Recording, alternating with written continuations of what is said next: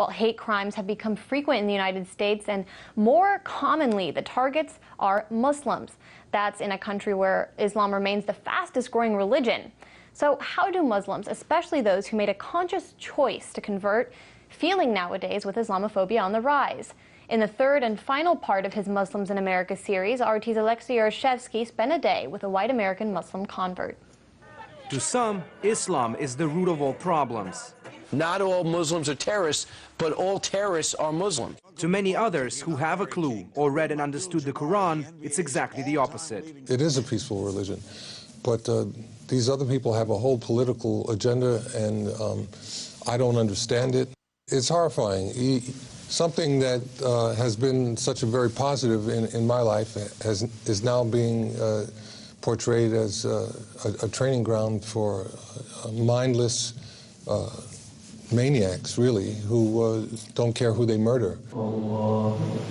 Nevertheless, despite pundits and politicians alike continuously failing to see the difference between Islam and its radical offshoots, this religion is expanding at a fast pace. There are still no exact statistics as to how many Muslims are there in the United States. Some statistics say it's 4 million, some double that figure. What's undeniable is the rapid growth of Islam in the country. Only 10 years ago, there were only 50 Islamic schools across the nation. Now this number stands at 200.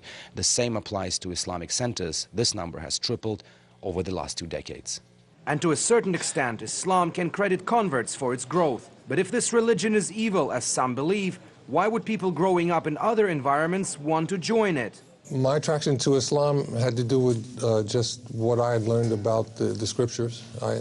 My curiosity increased, and I started to investigate Islam. I found it to be something that I wanted to learn more about.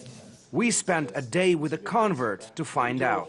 I pray here, I pray everywhere in the house. Robert McGough is what you would call a genuine white American. In fact, his family's presence in the United States dates back 4 centuries. So you have this piece of art, basically centerpiece in your apartment, right? Well, Islam is the centerpiece in my life. Nevertheless, 9 years ago, Robert made a life-changing decision.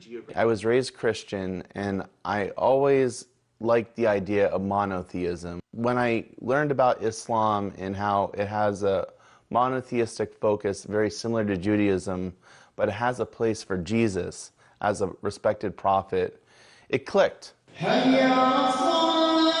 One of the more pleasant parts of being a Muslim to Robert is going to mosque prayers. It's here, he says, that the true nature of Islam is being revealed. They say in America the most segregated hour is Sunday. In America, when people go to church, but here it's quite different. There are peoples from every corner of the world meeting each other, praying with each other, living their lives, marrying into each other's families. So it's massively different to what you experienced in the childhood going to a Catholic church. It definitely is a cultural shift. And are you enjoying this kind of shift? I very much enjoy it. I think that the community presence, the will to engage, the different stories we can tell, it makes a special communal experience. Robert's affinity towards Islam transformed into his professional life. This is the national office, just several blocks from Capitol Hill. He now works for the Council on American Islamic Relations, or CAIR, providing legal help to Muslims in peril. Needless to say, with the rise of Islamophobia in the United States, Robert and his colleagues have been busy. Anti-Muslim rhetoric on the campaign trail is mainstreaming Islamophobia, and that's actually translating into acts of discrimination or hate crimes on the ground. An unidentified sender had mailed to our national office and our Bay Area office in California a package with white powder. Thankfully, it was inert. We're constantly under threats, but we remain undeterred.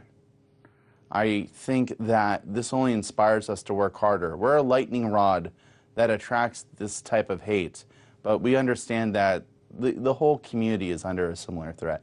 The notion you would often hear from Muslims in America these days. They acknowledge that thanks to those committing atrocities while associating themselves with Islam, the whole religion is being put into crosshairs. But just as their book, the Quran, teaches them, they're sure that adversity will eventually make way for the bright future. Alexei Yarashevsky, RT, reporting from Washington, D.C.